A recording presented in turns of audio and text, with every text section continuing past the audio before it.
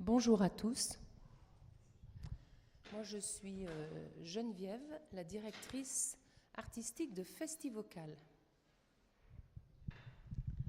Moi, je suis Estelle, je suis médiatrice culturelle sur le site Le Corbusier de Firminy. On vous souhaite la bienvenue pour cette conférence qui est co-organisée par Festivocal et par le site Le Corbusier.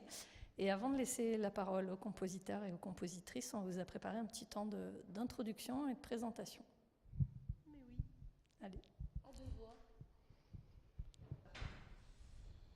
Yannis Xenakis a une jeunesse qui permet de comprendre son art. Il s'appelle Yannis. Il est grec. Son nom, Xenakis, signifie petit étranger. Alors, il naît en 1922 en Roumanie, mais c'est peut-être en 1921, on ne sait pas. Son père est directeur d'import-export et sa mère, qui parle couramment le français et l'allemand, joue du piano. Elle fait cadeau d'une flûte à son fils et souhaite qu'il fasse de la musique. C'est l'aîné de la famille et il a 2 frères. À l'âge de 5 ans, un premier drame arrive dans sa vie. Sa mère meurt de la rougeole en mettant au monde une petite sœur qui ne survivra pas. Les enfants Xenakis sont alors élevés par 3 gouvernantes, une française, une allemande et une anglaise. Il aime la nature et les sons de la nature. Les cigales, les vagues, le vent, les gouttes de pluie. Pour lui, tout est musique. Même les sons de la guerre en Grèce en 1940, les cris, les explosions, les mitraillettes. Quand il a 10 ans, sa famille part pour la Grèce. Et à 16 ans, il intègre l'école polytechnique d'Athènes. Ses passions sont les mathématiques, la littérature grecque et étrangère. Entre 19 et 24 ans, il entre en résistance lorsque l'Italie envahit la Grèce. Il est plusieurs fois emprisonné. Il lutte contre l'envahisseur, italien, puis allemand. Il est résistant, communiste. Un jour, un éclat d'obus l'atteint au visage. Ses camarades le laissent pour mort sur un tas de cadavres. Mais son père reconnaît sa chaussure. Au bout de sa chaussure, son pied, sa jambe, c'est lui, il est vivant, il est sauvé. Il perd un œil et la moitié du visage. Toute sa vie, il a cherché à retrouver le son de l'éclat d'obus entrant dans son visage. Il dira plus tard, comme mes sens sont réduits de moitié, c'est comme si je me trouvais dans un puits et qu'il me fallait appréhender l'extérieur à travers un trou. J'ai été obligée de réfléchir plus que de sentir. Donc je suis arrivée à des notions beaucoup plus abstraites. Puis encore plus tard, lorsqu'on lui dira qu'il est un grand maître de la musique contemporaine, je me sens toujours aussi seule qu'avant. Il quitte la Grèce, clandestin, et s'installe à Paris. À Paris, il faut manger. Et pour manger, il faut travailler. Il paraît qu'il y a un architecte qui recrute des ingénieurs étrangers sans contrat de travail.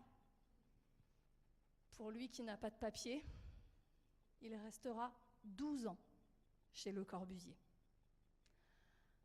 Il est ingénieur.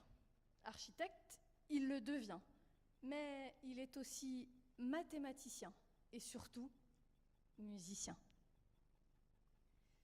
Yannis Xenakis collabore à tous les grands projets entre 1946 et 1958, tous les grands projets Le Corbusier, dans lesquels il propose toujours des idées novatrices, notamment dans la gestion de la lumière. Le Corbusier signe les bâtiments, mais on sait que Xenakis n'est pas loin derrière. Les fenêtres du couvent de la Tourette en 1954 sont conçus et dessinés par Xenakis. Il les appelle pans de verre ondulatoires. Mais le brevet est signé Le Corbusier, le brevet dans lequel une petite note à la fin dit « Les pans de verre ondulatoires ont été dessinés par mon collaborateur Xenakis ». Il rencontre aussi Olivier Messiaen, un grand compositeur, et il écrit sa première pièce constituée de masses sonores construites grâce aux mathématiques, Métastasis. Cette œuvre est créée en 1955. Il met au point le premier programme informatique de composition musicale en 1962. Et en 1965, il prend la nationalité française. Yanis Xenakis se trouve à la croisée des arts et des sciences. Il est à la fois ingénieur, architecte et mathématicien, et musicien et compositeur. Et de ce fait, il a une approche interdisciplinaire entre musique et architecture. C'est un tout indissociable. Le geste graphique est le fil conducteur de sa pensée. Il conçoit, il élabore, définit et concrétise par le dessin. Sa musique s'inspire de Beethoven, des chants grégoriens, de la musique contemporaine peut-être. Théorie des gaz, théorie des probabilités, physique des gaz, théorie du hasard. Ces partitions portées, clé de sol, do, ré, mi, fa, sol? Pas du tout. Papier millimétré, feuille de calque, graphe, parabole. Une architecture du son. À partir de 1971, Xenakis souhaite rompre avec l'écoute frontale des concerts et propose alors des polytopes qui sont des réalisations multimédia. Il réunit les dimensions spatiales propres aux arts sonores avec celles du visuel et de la kinesthésie. En 1977, il crée une unité de recherche de musique informatique, l'UPIC, pour former les jeunes compositeurs.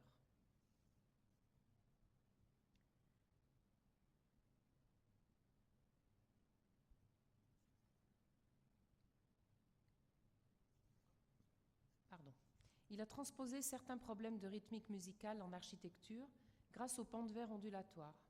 Mais si on lui dit « écoutez de la musique et composez », vous n'avez pas besoin de refaire des études traditionnelles. Votre musique m'intéresse parce qu'elle est faite par quelqu'un d'extérieur à la musique. Il a été inspiré aussi par les musiques extra-européennes d'Inde, du Laos, du Vietnam, Java, la Chine, le Japon. De la musique et de la lumière aussi. Des sons et lumière, déjà. Musique, laser et des chèvres. À Mycène, en Grèce, pour un concert, 3000 chèvres parcourent la montagne. Une lampe sur chaque corne. Ça fait 6000 lampes parcourant la montagne.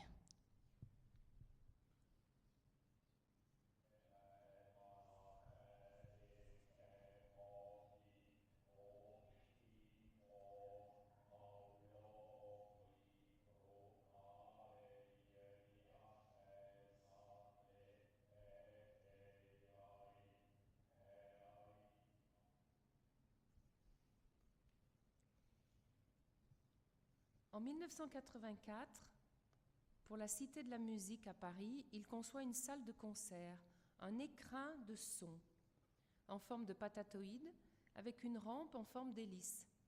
Le spectateur est comme suspendu dans l'espace et le volume de la salle est réglable.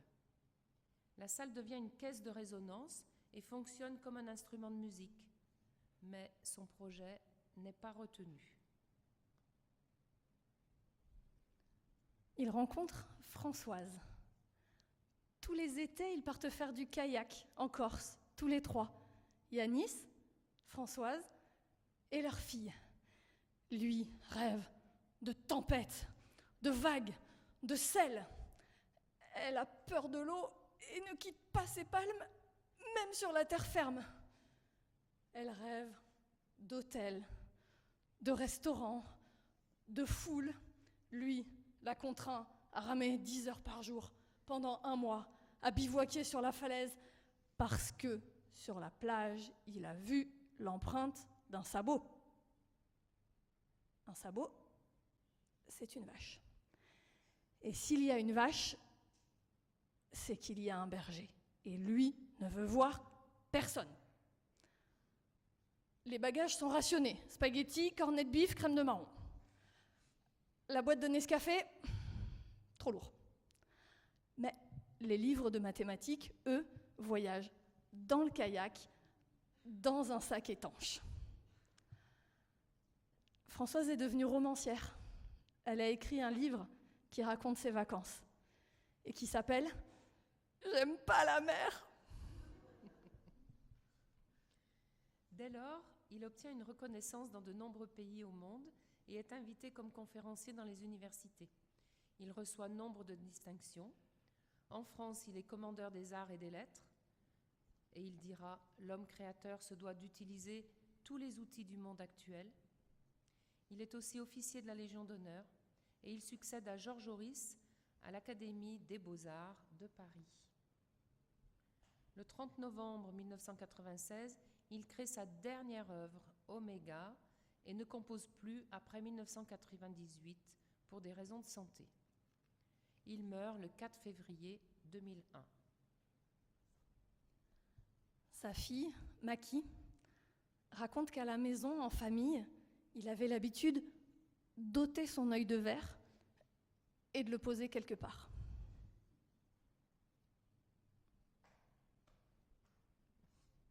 Oh, c'est pas vrai. Mais qu'est-ce que j'en ai fait ? C'est elle qui est chargée de le retrouver et de lui rapporter. Aujourd'hui, elle est peintre. Et qu'est-ce qu'elle peint déjà ? Des yeux. Merci.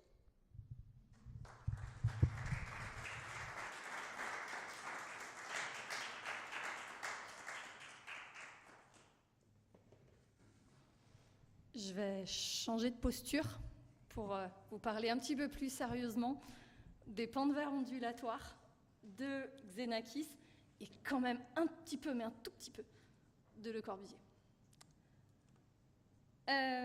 Les pans de verre, c'est donc une invention de Yanis Xenakis.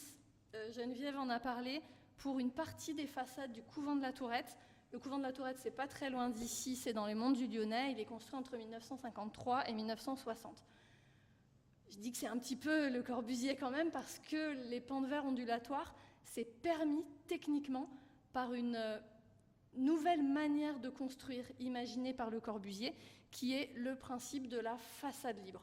Le principe de la façade libre, c'est le fait que le bâtiment n'est pas soutenu par des murs porteurs en façade, mais bien uniquement par un système de poteaux. Ça veut dire que ce que vous avez entre les poteaux n'est que du remplissage et n'est pas forcément nécessaire. Ça permet d'utiliser la façade, c'est pour ça qu'elle est libre, comme on l'entend, avec un mur plein, avec du vitrage, avec rien, avec ce qu'on veut. Le principe de Xenakis et des pans de verre ondulatoires, c'est de lier cette façade architecturale à la musique. Pourquoi la musique au couvent de la Tourette ? Tout simplement en lien avec les chants des frères, notamment au moment des cérémonies religieuses. On le voit ici donc pour le couvent de la Tourette. Le principe, c'est qu'on a des jambages de béton qui séparent des pans de verre de largeur et de hauteur différentes. Tout ça est ponctué, on le verra mieux sur la photo d'après à la Maison de la Culture, par des ouvertures qui sont des aérateurs, puisqu'on a 2 fonctions différentes. Une fonction du vitrage pour regarder, pour éclairer, et une fonction de l'aérateur pour aérer. Un objet par fonction. À la Tourette, c'est bien une création exclusive de Xenakis, dont l'objet est bien d'être une composition musicale. À la Maison de la Culture, c'est un petit peu différent.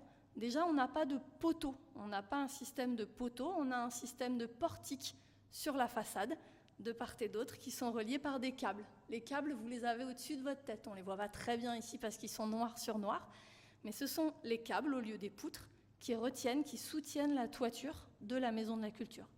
Mais le résultat est le même, ça reste une façade libre. La construction de la Maison de la Culture de Firminy, elle intervient après la séparation entre Xenakis et Le Corbusier, donc qui a lieu en 1959. A priori, je dis a priori parce que c'est une réflexion, une discussion, c'est quelque chose dont on n'est pas tout à fait sûr, mais a priori, cette façade de la Maison de la Culture, elle est moins aboutie dans son dessin, dans son projet, que celle du couvent de la Tourette.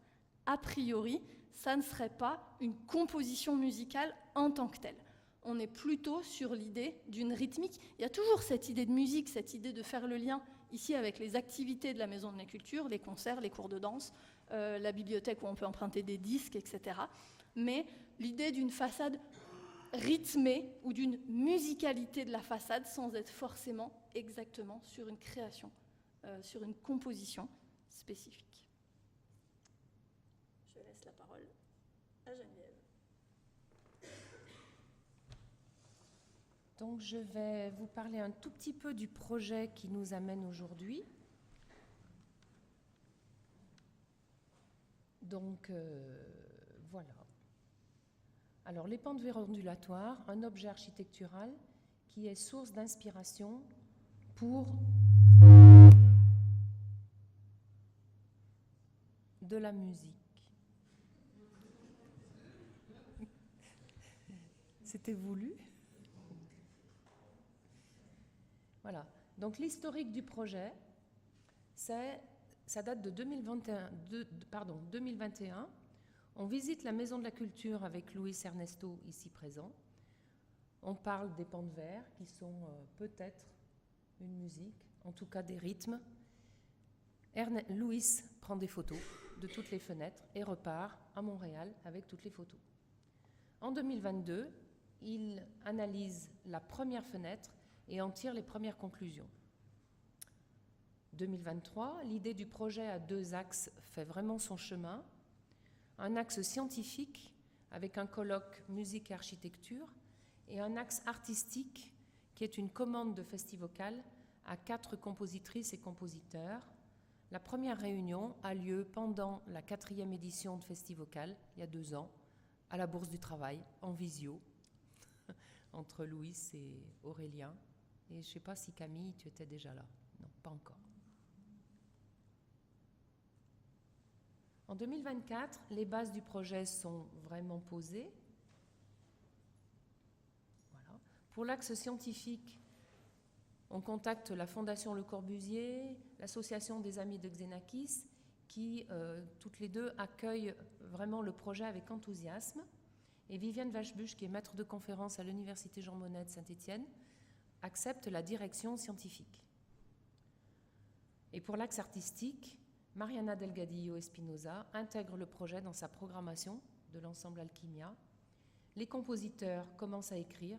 J'ai oublié de citer Camille Van Loenen et Luna Valentin, qui acceptent de rejoindre le projet.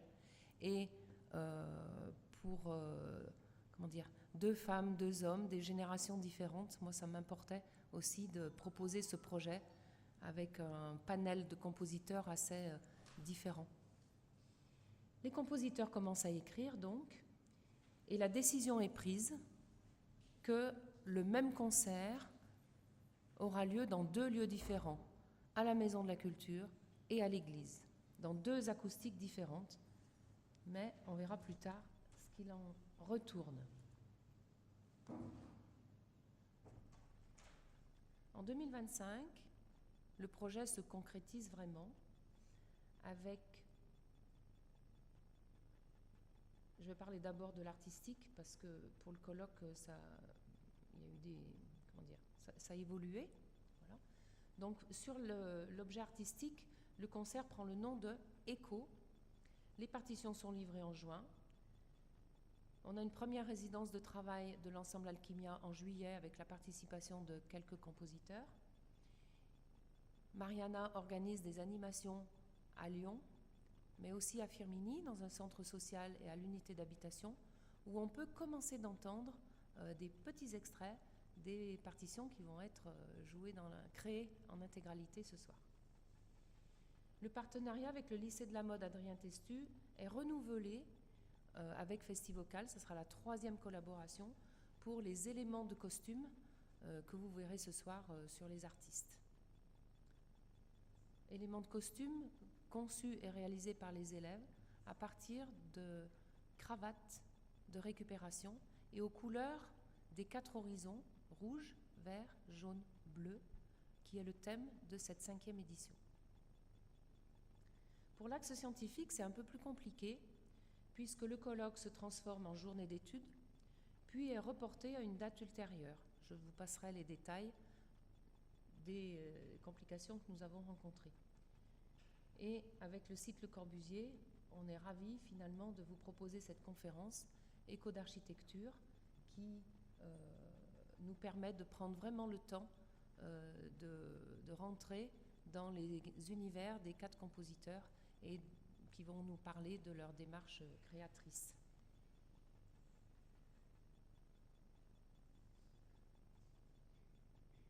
Aurélien Alopo a écrit Ondulation chromatique pour octuor vocal, violoncelle et percussion. Je ne vous ai pas parlé du cahier des charges. Le cahier des charges, c'est avec Louis qu'on l'a établi, un octuor vocal obligatoire, 4 instruments qu'on peut utiliser ou pas, 1, 2, 3, 4, et dispositifs électroacoustiques possiblement utilisables aussi. Vous verrez que tous les 4 ont pu utiliser ce cahier des charges comme ils l'entendaient. Aurélien, on va peut-être te passer la parole. Ce qu'il y a, c'est qu'on peut... Est-ce que je finis? Oui, présente les 4. Je présente les 4 et après, on passe direct. Alors, Aurélien. Hop. Ensuite, Camille Van Loenen, qui a composé 26 éclats de lumière pour octuor vocal, percussion et clarinette. Ensuite, Luna Valentin, Charybde, Scylla, l'oracle et les cyclopes pour octuor vocal et dispositif électroacoustique. Je pense que tu nous parleras de ton parcours, Luna, tout à l'heure un petit peu, ce qui pourra expliquer ce qu'on va entendre ce soir. Et enfin, Luis Ernesto Peñalaguna, qui a écrit Maison, Maison pour octuor vocal et ensemble instrumental.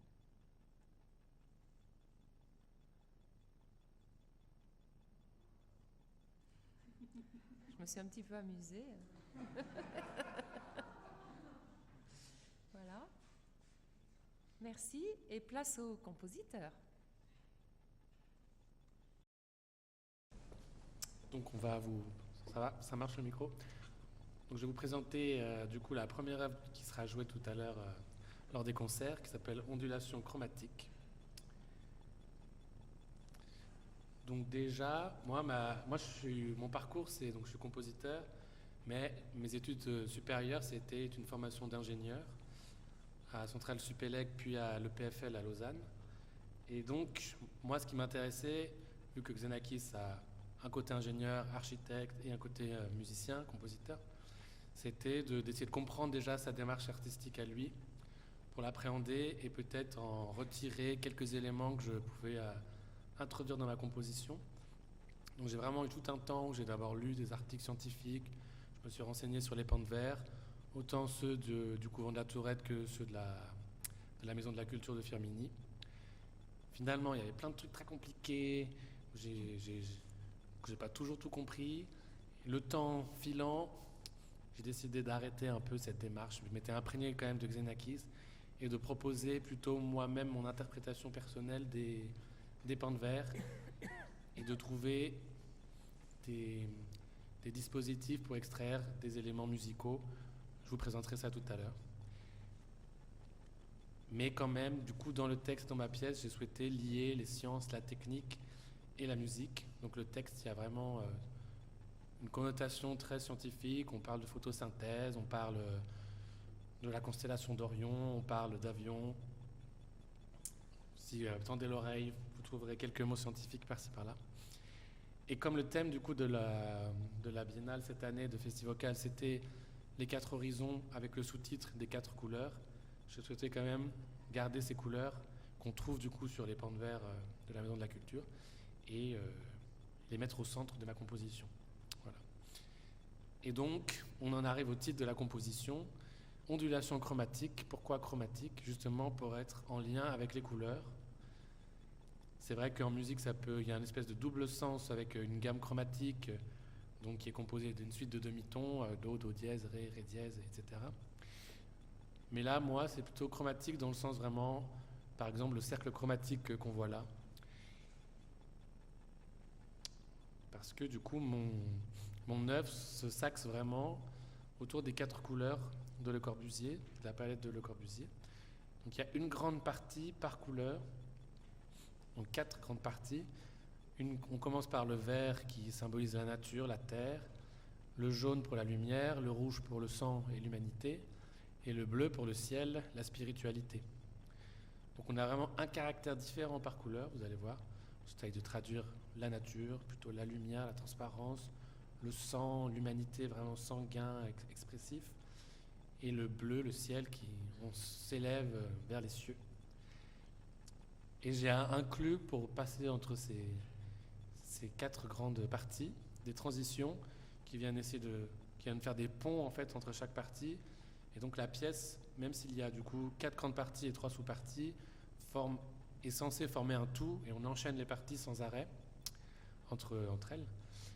Et donc je suis parti du fait que si on mélange en termes de peinture, par exemple du vert et du jaune, on va obtenir une espèce de marron noir qui va ici symboliser du coup un espèce de mélange entre la nature et la lumière. Donc je suis parti sur la photosynthèse. Après, entre le jaune et le rouge, on obtient une espèce d'orange.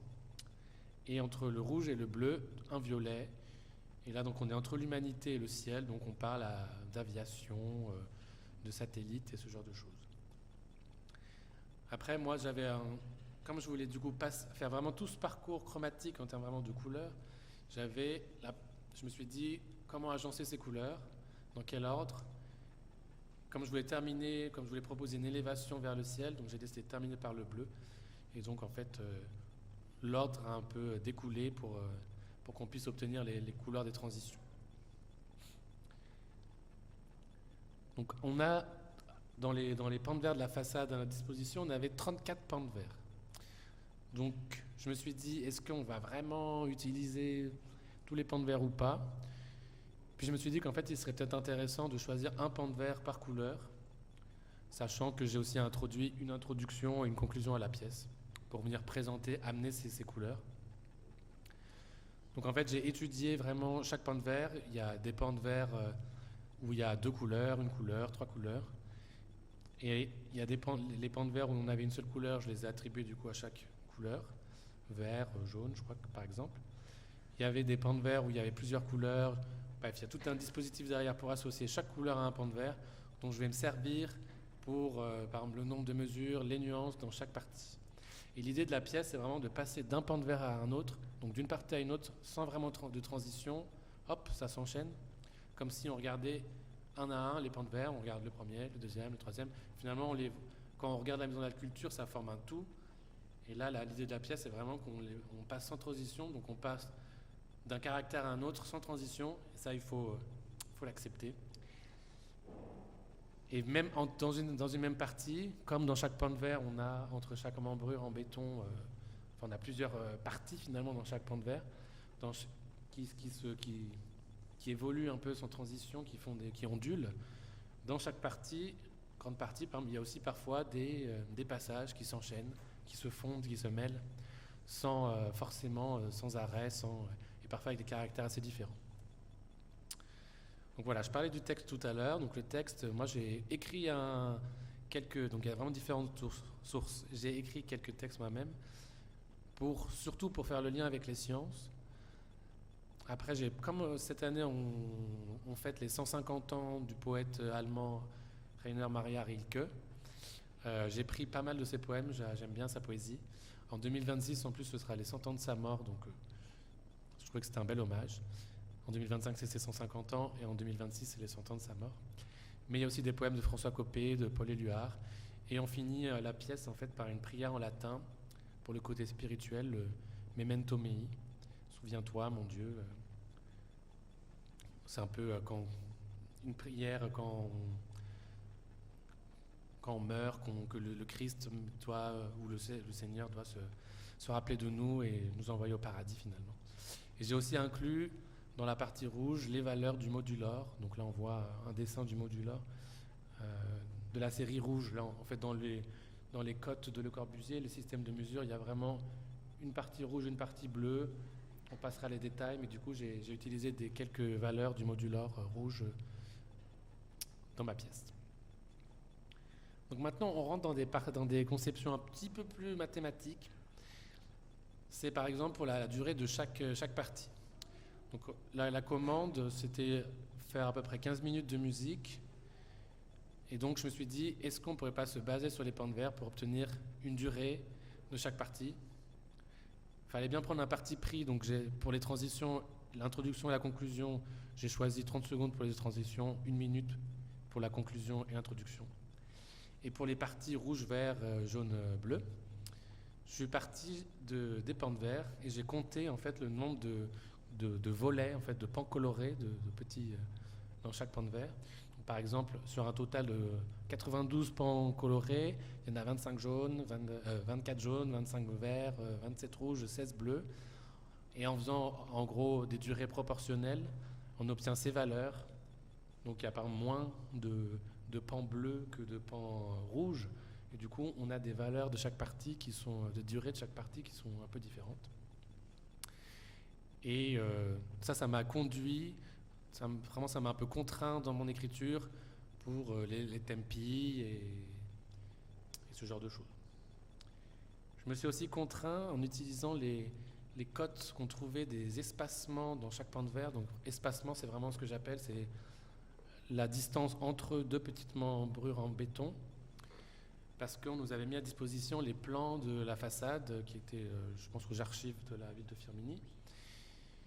Donc bon, j'ai essayé de regarder, c'est pas toujours exactement la même chose entre le plan et la réalité, donc je me suis basé plutôt sur les codes qu'il y avait sur les plans, parce que je me suis dit que si c'était Xenakis ou quoi qui avait fait le plan, ou un de ses associés, ou Le Corbusier, il avait peut-être, sa volonté était sur le papier, et après, quand on vient à faire l'ouvrage en vrai de vrai, disons, il y a des contraintes qui font qu'on ne peut pas forcément toujours respecter au centimètre près.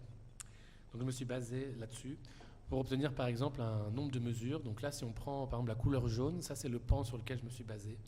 Donc on a 15 espacements, et donc au début je me disais on va avoir 15 mesures dans cette partie. 15 mesures pour une partie de 3 minutes, ça durait 3 minutes pile. C'est un peu court, donc je me suis dit, je vais le doubler, je vais le multiplier par 2. Donc en fait, dans la partie jaune, par exemple, on a 30 mesures. Et je me suis vraiment contraint là-dessus. Donc c'est pareil pour les 4 grandes parties. On prend le nombre d'espacements du pan associé à la partie, on le multiplie par 2. Pour l'introduction, la conclusion et les transitions, comme c'est des durées plus courtes, on prend le nombre d'espacements du pan associé, et ça nous donne le nombre de mesures de la partie. J'ai aussi tracé, là ce que vous voyez ici, ce diagramme, en fait, c'est, vous voyez, il y a les numéros 1, 2, 3, 4, 5, 6 jusqu'à 15 qui sont reportés du coup en abscisse.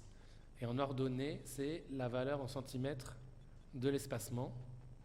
Et ça me forme un graphe. Et je me suis dit, pourquoi pas lire ce graphe en termes de nuances. Donc là, je ne vous l'ai pas remis, mais par exemple, de 0 à 20, je me suis dit, ça va être un piano, de 20 à 40, un mezzo-piano, de 40 à 60, un mezzo-forte, de 60 à 80, un forte, et au-dessus, on a un fortissimo, fortississimo. Et donc, dans ma composition, j'ai vraiment suivi ces courbes. Par exemple, dans la partie jaune, je suis vraiment ces courbes de nuances pour la composition. Donc voilà, si vous aviez les diagrammes devant vous, vous pourriez entendre que ça évolue, et que par exemple, vers la fin de la partie jaune, on a un grand crescendo. Et un des derniers éléments, je n'ai pas tout mis dans mon diaporama, tout ce que j'avais cogité dans ma tête pour obtenir des éléments musicaux, mais le dernier élément dont je voulais vous parler, c'est du coup que j'ai extrait des pans de verre, ou j'ai créé à partir des pans de verre des mélodies qu'on trouve dans la pièce et qui sont souvent jouées dans des espèces d'improvisation contrôlée du violoncelle. Donc en fait, par je ne sais pas si on voit la souris, mais le vert, mélodie de la sève, ça c'est joué par le violoncelle. Et pareil pour la gamme, pareil pour la troisième en bas. On voit qu'il y a que des petites boules qui se baladent sur la portée sans valeur rythmique, parce qu'en fait il y a vraiment différents moments où le violoncelle vient improviser. Les chanteurs aussi ont quelques éléments comme ça. Donc il n'y a pas de rythme, il vient choisir son tempo, sa valeur de chaque note. Et parfois ça se superpose à des choses beaucoup plus écrites et beaucoup plus homorhythmiques, homophoniques du chœur. Donc pour obtenir ces mélodies, je me suis vraiment basé du coup là sur les valeurs des espacements. J'ai fait des statistiques en termes de fréquence d'apparition pour obtenir des gammes qui me servent donc pour une mélodie dans la partie verte que j'ai appelée mélodie de la sève.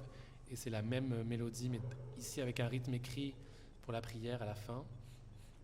Des valeurs croissantes du modulor, une gamme en étudiant la série du modulor, parce que finalement les espacements des pans de verre suivent les valeurs du modulor, de la série du modulor rouge et bleu. Et donc voilà, ça me permet d'obtenir plusieurs mélodies qui apparaissent de temps à autre dans la composition et qui ont guidé un peu mes choix de composition. Voilà, je ne vais pas vous endormir davantage avec toutes ces considérations un peu peut-être mathématiques ou quoi. Et je vous remercie pour votre attention. Eh bien, on a eu une bonne explication de tout ce que nous avons lu tous. Mais moi, j'ai voulu prendre distance avec ces proportions chiffrées. Pas parce qu'elles ne m'intéressent pas, elles m'intéressent beaucoup, mais j'ai pensé à ce qui symbolisait les pans de verre ondulatoires.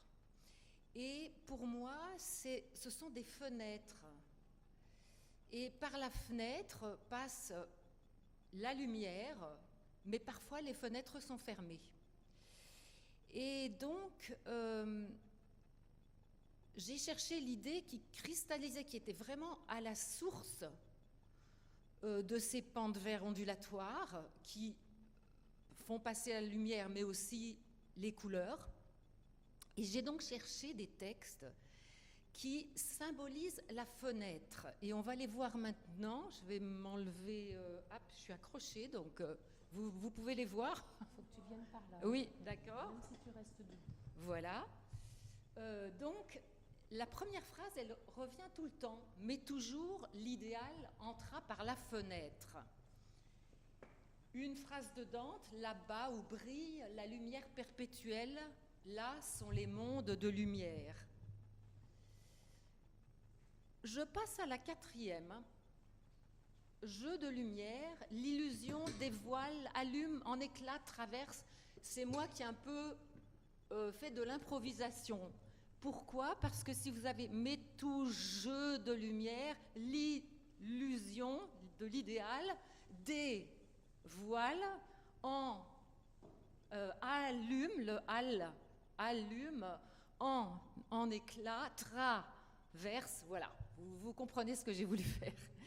Et cette belle phrase que la vitre soit l'art, soit la mysticité, qui est une phrase que vous allez chanter, le public va chanter à un moment. La raison pour laquelle je ne vous ai pas parlé de la troisième, parce que la troisième, elle est en profonde opposition avec les autres phrases. C'est une phrase de Milena Jesenska, qui était la compagne de Kafka, et qui dit « Car c'est dans la fenêtre que réside toute espérance de lumière, de lever du soleil, d'horizon. C'est dans la fenêtre que se logent les désirs et les aspirations. Derrière la porte, il n'y a que la réalité. » C'est une phrase qui m'émeut parce que cette femme, elle est morte à Ravensbrück. Elle était résistante et donc pour elle, la réalité, la porte qui claque, elle a dû se cacher, elle a été arrêtée par la Gestapo. Donc c'est toute l'opposition à ces fenêtres qui s'ouvrent, la lumière, les prismes de lumière que vous allez entendre, j'espère, dans ma composition. Voilà. Alors, on va faire un exercice. Est-ce que vous pourriez vous déplacer, Julie, tu seras le groupe C Donc, s'il vous plaît, ceux qui sont ici, peuvent-ils se déplacer vers la gauche? Je vais vous faire improviser. Voilà. Au milieu, j'aurai le groupe B. Et les compositeurs, vous pouvez aider un petit peu, se mettre par exemple là, parce que là, j'ai plus de groupe au milieu. Là, j'en ai qu'un par là. J'aimerais avoir un au milieu. J'ai bien le groupe C. Merci. Merci. Donc, le groupe, que je vois vraiment une différence entre vous êtes B et là A. D'accord. Sylvie au milieu. Au milieu, je ne vois pas trop encore. Faut être un petit peu... Voilà, faut oser. C'est pas difficile. Voilà. Donc, vous allez comprendre ce soir, ou tout à l'heure, pourquoi je vous fais faire ça. Nous allons décomposer la phrase. Donc, il y aura le groupe « mais », il y aura le groupe « tout » et il y aura le groupe « jour ». Si je vous fais, j'aimerais entendre ce que ça fait. Mais, tout, jour. Voilà, ben, c'est super. On prend un peu plus haut pour dire l'idéal. L'idéal. Voilà, alors on commence mais, bien bas là. Enfin, moi j'étais cantatrice, donc je pense souvent à mon diaphragme et mes pieds par terre. Voilà, mais toujours l'idéal. Ok, on y va? Mais toujours. Ah, je vous ai pas donné le départ. On refait, non? Voilà.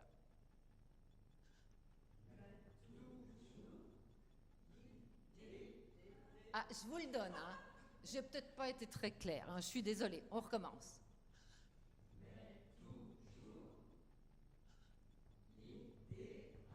Ok, maintenant l'idéal, il va monter et vous allez rester sur ah. Vous pouvez reprendre, on ne veut pas appeler les pompiers parce que vous n'arrivez plus à respirer. Et pendant ce temps, nous allons faire entra par la fenêtre. Et à ce moment-là, quand on va dire une fenêtre, qui est un mot-clé, je vais vous expliquer pourquoi après, vous faites fenêtre. Ok, on essaye? Je prends un petit peu plus lentement peut-être. Donc. Mais toujours l'idéal. Entra par la fenêtre. Voilà. On peut faire un petit peu une fenêtre un peu plus. Fenêtre. Chantez un peu. Fenêtre. Voilà. On recommence, oui? Vous êtes fort, c'est super. Ok, on va le faire un petit peu. Mais toujours. Un peu théâtral. Qu'est-ce qui se passe? L'idéal. Ok, on y va.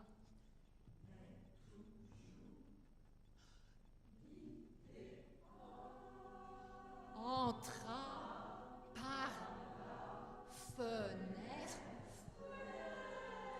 Super. Bon, vous avez tout compris de ma composition. Bon, alors, on peut aussi faire mais toujours. Alors là, vous faites ce que vous voulez, mais on fait mais toujours, on chuchote. Ok, on y va? On pense à une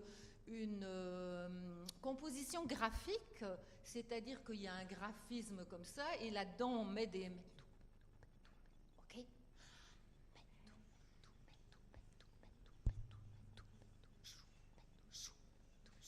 Voilà. Très bien. Ok. Eh bien, on va regarder ce que j'ai fait là. Voilà. Alors, vous voyez les mais tout. On continue. Une autre. Deuxième. Oui, deuxième, oui. Oui, vas-y. Va toujours. Ah, voilà. L'idéal, vous voyez qu'il se déplace. On continue. Voilà, mais toujours. Ça, c'est ce que vous avez fait. Très bien. Tout le monde peut le faire. Par là, on continue. Voilà. Fenêtre. Ok. Il y avait une autre. Il y a l'idéal entrant par la fenêtre. Oui, voilà. Alors là, vous voyez que j'ai décomposé l'idéal entra par la fenêtre. On essaye de faire ça. Je vais vous montrer par endroits comme ça. Mais alors, ceux qui ont attaqué leur ils restent en haut. C'est égal.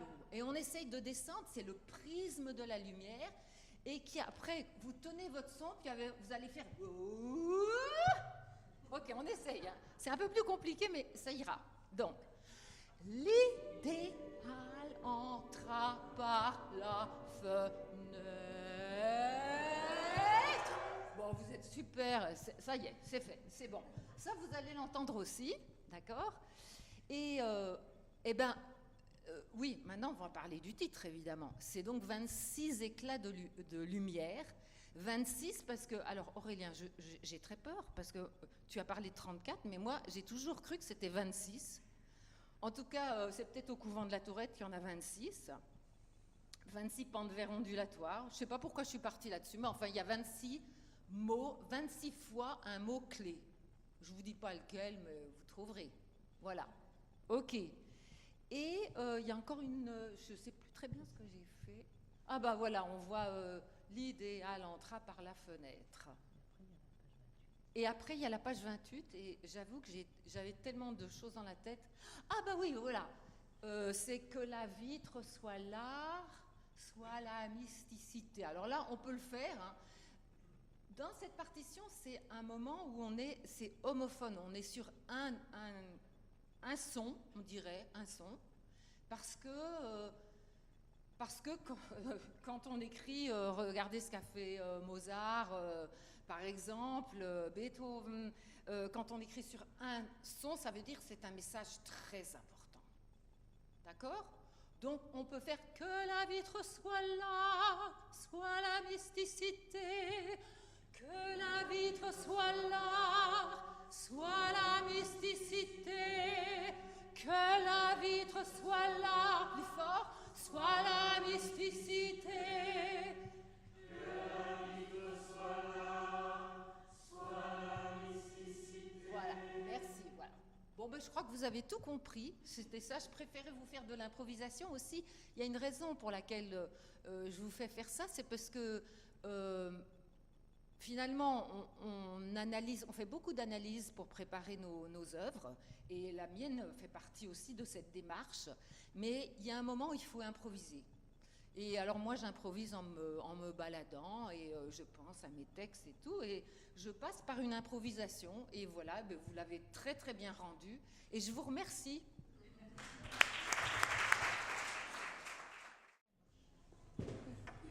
Bonjour à tous. Donc moi je vais vous parler de Charybde, Scylla, l'oracle et les cyclopes. Moi je suis doctorante à Stanford aux États-Unis et je travaille sur l'acoustique et l'informatique musicale. Donc quand on m'a proposé de faire partie de cet appel à projet, déjà je voulais travailler avec l'électroacoustique parce que c'est quelque chose sur lequel je travaille souvent. Ensuite, les pans de verre. Donc j'ai décidé de travailler sur les 2 dernières fenêtres, de me limiter à 2 fenêtres. Vous avez une grande photo. Et un peu comme Aurélien, j'ai commencé par faire des recherches, regarder philosophiquement les concepts, les 4 horizons, Xenakis, quels sont intéressés Xenakis, prendre des statistiques, faire des tableurs. Et puis au bout d'un moment, je me suis retrouvée un petit peu dans un cul-de-sac en me disant c'est super bien, et j'ai construit une liste de contraintes.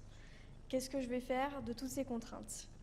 Et puis une autre chose qui s'est passée à ce moment-là, c'est que pendant l'écriture, je pense que tout le monde est un petit peu au courant de la politique aux États-Unis, on ne va pas trop s'attarder là-dessus, mais il y avait aussi beaucoup de contraintes et de choses inquiétantes dans ma vie, et je me suis dit, je ne veux pas que ce soit ça mon œuvre, donc je vais essayer de trouver une échappatoire.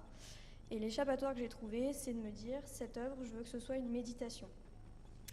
Donc j'ai pris les fenêtres et un peu comme Xenakis propose des partitions qui sont très visuelles, je les ai transformées. Donc là vous voyez les fenêtres, j'ai pris les dimensions, je l'ai transformé ça en un support pour ma partition, en disant je vais vraiment faire une partition graphique qui soit supportée par ce que Xenakis a dessiné. Donc ça c'est une première chose. Hop. Et donc ça c'est la partition en un peu plus grand. Ensuite, j'ai commencé moi-même à méditer l'œuvre, à me dire ok, je vais pas trop réfléchir, j'ai déjà beaucoup trop réfléchi, je vais juste écouter ce qui me vient à l'esprit. Et j'ai commencé à poser des motifs, remplir des cases, par-ci par-là. Après, avec les quelques motifs que j'avais, je commençais à avoir une structure tonale. À partir de la structure tonale, j'ai pu commencer à vraiment dessiner, à me dire ok, par là je vais être en do mineur, beaucoup de ré mineur, et voilà. Et puis après, petit à petit, combler les blancs. L'idée, quand vous voyez la partition déjà, c'est que verticalement, ça devient une structure temporelle, c'est-à-dire que je suis partie de 13 minutes et j'ai divisé en fonction des longueurs pour avoir des blocs temporels. Donc comme vous voyez la première cellule par exemple, si on prend si la, donc c'est 2 voix d'alto, de 0 minute 0, donc le début jusqu'à 44 secondes, on a un premier motif musical. Ensuite la division à l'horizontale, donc de 0,0 à 44 si on prend si la encore, on a 2 motifs différents. Donc ça c'est les divisions qui sont sur les fenêtres qu'on voit, les divisions verticales. L'idée ici, c'est un choix. La partition, c'est une méditation, c'est-à-dire qu'on s'écoute beaucoup, on réfléchit, mais on fait aussi beaucoup de choix. Il y a beaucoup d'aléatoires. Et surtout, ça veut dire, si on fait des choix, qu'à chaque fois que la pièce elle est chantée, eh ben, c'est pas exactement la même pièce, parce que les choix ne sont pas les mêmes. Et une des directives qui est donnée aux chanteurs, c'est à chaque fois qu'ils font le choix, donc pendant 44 secondes, d'essayer de penser au fait que la première partie étant plus petite que la deuxième, on va chanter plus de la deuxième, ce qui souvent se fait naturellement parce qu'il y a plus de mesures, mais en tout cas c'est une indication. Les petites aérations qu'on a en haut de la façade ont été transformées du coup en indications locales pour se déplacer dans l'église. Ensuite je me suis servi des mesures de l'église que j'avais effectuées il y a 4 ans pendant un stage, pour essayer de déduire à quel endroit c'était idéal de chanter cette partie-là, puisque l'acoustique ne sonne pas partout pareil, rajouter des déplacements. Et donc voilà. La partition est arrivée, on va dire, de manière assez méditative. J'ai essayé d'arrêter de penser à un moment donné et d'écrire quelque chose. Les 4 personnages. Donc ça c'est un zoom sur la partition. Les 4 personnages, Charybde, Scylla, l'oracle et les cyclopes. Pourquoi ces 4 personnages ? Les 4 horizons que Xenakis, que Le Corbusier propose, sont pour moi un idéal. Donc si on reprend terre, lumière, spirituelle, humanité, qui, je trouve, viennent soigner quelque part ce que représentent ces 4 monstres de l'Antiquité grecque et romaine. Donc Charybde, qui est un monstre qui aspire les bateaux, donc qui est un symbole de la consommation. Scylla, qui est un monstre qui pousse les bateaux contre les roches, qui les fait s'échouer, un symbole de la violence. L'oracle, qui est un symbole de l'information, et de comment l'information, parfois, en fonction de comment on l'apprend, c'est de l'information ou de la désinformation. Et donc des cyclopes, un symbole de pouvoir. Et tout ça vient quelque part se soigner par la terre, la lumière, le spirituel et l'humanité. Bien évidemment, donc ces 4 grands mots, c'est un peu la résonance avec ce qui se passe pour moi dans ma vie en tant qu'expatriée aux États-Unis, on va dire. Et l'idée, c'est vraiment de proposer une méditation et quelque chose où les 4 couleurs, les 4 lumières viennent contrecarrer un peu ces 4 fléaux qui existaient déjà finalement à la Grèce antique, mais qui sont jamais très loin. Donc voilà comment on en arrive à cette chose. Voilà. Et donc tout ça est accompagné par un dispositif électroacoustique. Donc là c'est vraiment des mathématiques, des sinusoïdes, des nombres qui sont connectés les uns aux autres, qui sont multipliés, des cosinus, des sinus. Et ça vient supporter les chanteurs par le biais de ce qu'on appelle des bourdons, des drones.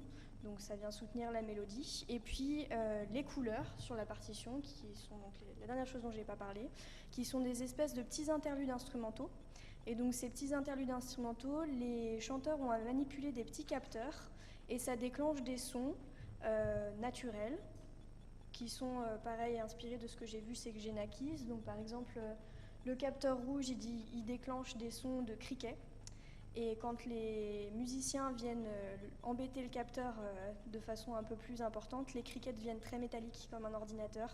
Et là, on entend la limite entre le naturel et l'informatique.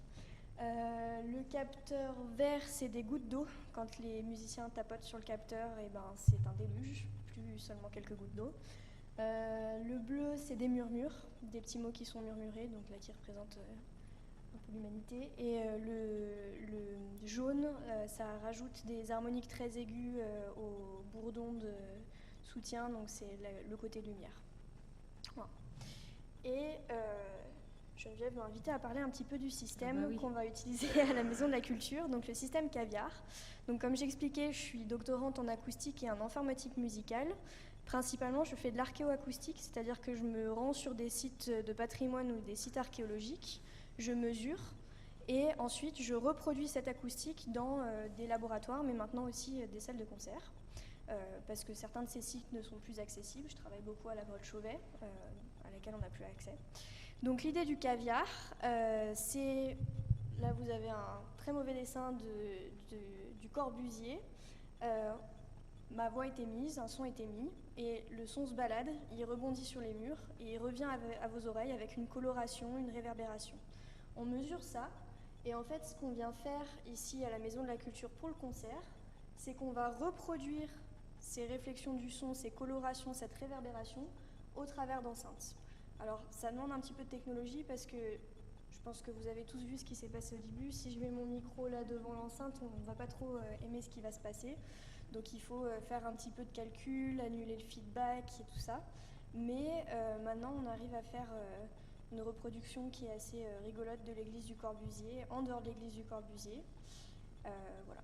On va pas faire exactement pareil parce que sinon il n'y aurait pas d'intérêt à aller à l'église du Corbusier. On a choisi de baisser un petit peu le volume pour que vous entendiez bien les paroles de toutes les pièces de ce soir. Mais voilà. Merci.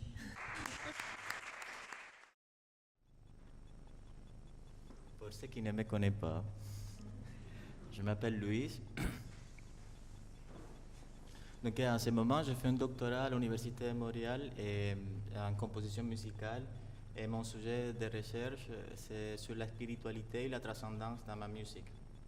Donc, brièvement, je crois qu'on a déjà parlé dans la présentation de Geneviève, mais en 2021, je suis venu participer de la Biennale de Festivocal, puis on a fait une tournée par les 4 bâtiments du Corbusier. Et c'est là que j'ai fait ma découverte par rapport à la façade de la Maison de la Culture. Et comme Geneviève a bien expliqué, moi j'ai pris des photos, puis j'ai rentré au Canada vraiment hypnotisé par la magie surtout la première fenêtre. Le premier défi sur lequel je pensais, la façade, il travaille sur 4 couleurs, mais moi je suis daltonien. Donc je me dis, comment on peut faire une analyse en tant que daltonien des couleurs qui sont proposées déjà par un architecte. Et aussi, je sentais que j'étais vraiment éloigné du côté, en tant que latino-américain, je sais comment interpréter un projet qui s'est fait en Europe. Mais ça m'a beaucoup souligné l'idée qu'en lisant le livre qu'a écrit la fille de Xenakis, qu'il raconte dans des notes que lui aussi il a parlé de son idée qui vient de la Antilles, ça se dit comme ça. Et je dis bon, finalement on se ressemble pas mal sur cette idée-là. Mais en continuant la recherche sur Xenakis et sur son projet, je dis on a pas mal de points communs, comme bien expliqué la madame. Xenakis, ça signifie étranger, et c'est une étrangère qui a fait un voyage en France et qui a tombé amoureux de la façade de la Maison de la Culture. Et lui aussi, c'était immigrant. Donc, je me dis, on a des points communs de ce côté des parcours de vie. Et je suis vraiment passionné par la nature. Et en lisant le livre de la fille, j'ai rencontré que Xenakis il réfléchissait beaucoup sur la nature et sur le cosmos. Donc voilà un petit extrait qui m'a beaucoup touché en lisant son livre, de ses rencontres avec la nature. Bon.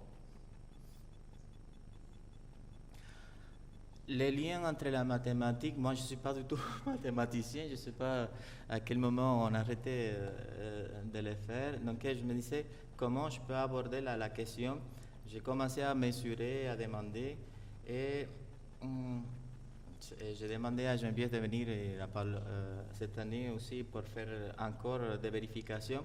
Puis en mesurant les fenêtres, on a tombé sur que toutes les fenêtres colorées, ils ont 33 cm de largeur. Pour la petite histoire, nous avons mesuré avec Louis toutes les fenêtres et tous les pans de verre en janvier dernier. Mais pourquoi je citais sur ce chiffre en particulier? Parce que depuis quelques années, je commence à tomber sur beaucoup des éléments autour de ma vie, de mon expérience liés à la chiffre 33 et qu'elle a une valeur vraiment spirituelle, soit par des personnages de l'histoire qui ont accompli un événement vraiment important à l'âge de 33 ans, soit il n'y a pas longtemps, je visitais la Sagrada Familia à Barcelone et je tombais sur un carré magique où tous les comptes, ça donne 33. Et je pourrais raconter autant des histoires par rapport au 33, mais on n'a pas beaucoup de temps aujourd'hui. Donc, je pensais que ça serait ma façon d'aborder la question mathématique par rapport à la musique. Comme je disais, c'est la première rencontre avec ce travail de la façade et je restais vraiment captivé, même si j'avais pris photos partout. Je me dis, j'aimerais vraiment me consacrer. Et même aujourd'hui que j'ai déjà écrit la pièce, et pendant qu'il faisait la répétition, je suis revenu à nouveau au tableau et je me suis donné compte que c'est la seule partie de toute la façade qui a 3 étages sur lesquels il est vitré sur 3 éléments. Donc si on compte, on a 3 sur 3 étages. Et ça, c'est unique. Donc encore vérifier ma commande. Bon, bref, j'essayais d'enlever tous les éléments du tableau en gardant simplement pour dépurer. Et ensuite, je commençais à réfléchir de quelle façon je pourrais exprimer musicalement chacune des couleurs. Et je me dis que vocalement, je pourrais aller faire la recherche et faire découvrir à les personnes qui écoutaient ma pièce. Donc, pour le rouge, c'est un chant choral que la plupart des corps développent. Les gens, c'est un chant beaucoup plus nasillard, c'est beaucoup plus nasal de gauche. Et c'est le blues, c'est le chant diphonique. Et le vert, c'est la nature. Et je ne crois pas que la nature, c'est quelque chose d'unique. Donc, je me dis, probablement, je vais travailler plusieurs éléments vocaux, comme la voix parlée, la voix voilée, etc., etc. Alors, comment c'était abordé le sujet? J'ai séparé chacune de ces tâches, le premier étage, le deuxième étage et le troisième étage. Ensuite, j'ai vérifié de donner une note en particulier à la première ligne et intuitivement, selon l'auteur approximatif tempéré, je donnais des notes de musique, do, ré, mi, fa, sol, la, si, do. C'était pas si compliqué. Et c'est ça qui m'a permis de faire la couleur. Donc la couleur, c'est juste des auteurs que j'ai planifiés. Et j'ai aussi vérifié un peu par rapport à la grosseur de chacune des vitres. Et par rapport à ça, j'essayais de faire un rythme. Mais dans l'un de mes voyages aussi en Espagne, j'ai visité l'un des bâtiments de Gaudí et c'est là que j'ai tombé qu'il a des poumons. Je ne savais pas que les vitres colorées, ce sont des fenêtres de l'air. Alors je me dis, la façon d'honorer ce travail, c'est de les laisser en silence. Donc dans ma musique, on n'entend pas la couleur. Ce sont les moments de silence à l'intérieur des voix. Et voilà les 3 étages qu'on va les attendre cet après-midi et c'est le résultat musicalement de ma recherche.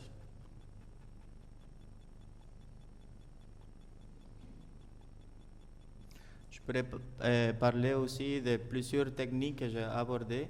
J'essayais de m'inspirer des compositeurs qui, dans le passé ou contemporains quand même, ont travaillé d'une façon la spiritualité. Donc, l'une d'elles, c'est Abo Père. Je ne sais pas si ça prononce comme celui-là. Donc, je me suis inspiré un peu de sa technique pour élaborer la construction des voix. Voilà, je me suis amusé un petit peu. C'est juste pour vous montrer un peu mon parcours d'épuration.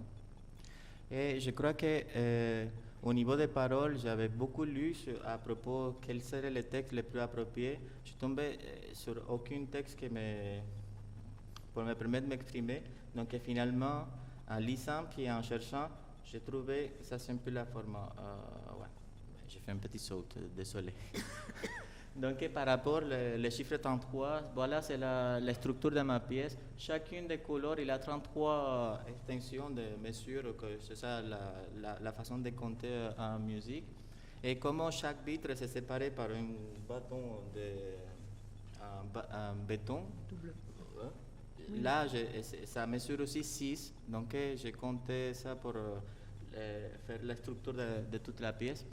Puis à la fin, où se trouve l'arc-en-ciel, c'est là qu'on va entendre l'ensemble des 3 étages qui sonnent simultanément, rythmiquement, puis avec les auteurs que approximativement j'avais prévu. Puis en parlant à propos des textes, je me suis donné compte que dans les sanskrit, pour ne pas faire durer trop long, oui, de temps, on a de temps encore? Mais oui. Ah oui, peut-être je vais trop rapide. Rester un petit peu plus. Bon, dans les sanskrit, je trouvais qu'il y a 33 consonnes. Alors, encore une fois, la chiffre, ça m'a attiré l'attention. Puis j'ai dit comment je pourrais, je ne parlais pas le sanskrit, comment je pourrais m'inspirer de ça. Et la façon qui m'avait montré chacune des consonnes, c'est des consonnes labiales jusqu'à des consonnes gutturales. Et comment ça ne m'intéressait pas exactement de chercher une signification des paroles, sinon une expérience par rapport les interprètes, j'ai décidé de les placer, chacune des consonnes, de façon labiale, gutturale. Pourquoi? Pour que ce soit une expérience inverse, c'est vers nous. Et c'est un peu pourquoi j'ai appelé mes sons mais. Mais c'est toujours un petit mot qui freine, qui nous empêche d'avancer dans la vie. Et on, ça signifie allumer. Alors je crois qu'on a une vérité tous à l'intérieur de nous, qu'il faut toujours les chercher. Si on arrête, on réussit à faire silencier les mots mais. Donc voilà. Et pour le faire, je me suis un peu amusé à faire les calculs de toutes les consonnes pour que la combinaison de chacune des consonnes, vous voyez, la consonne 32, ça devient avec la première consonne 33. La consonne 31, c'est compatible. Donc, peu importe la combinaison des consonnes que je fais dans la pièce, vous attendez toujours le chiffre 33 et le chanteur, il sent, il expérimente ce chiffre intérieurement. Donc, voilà, merci.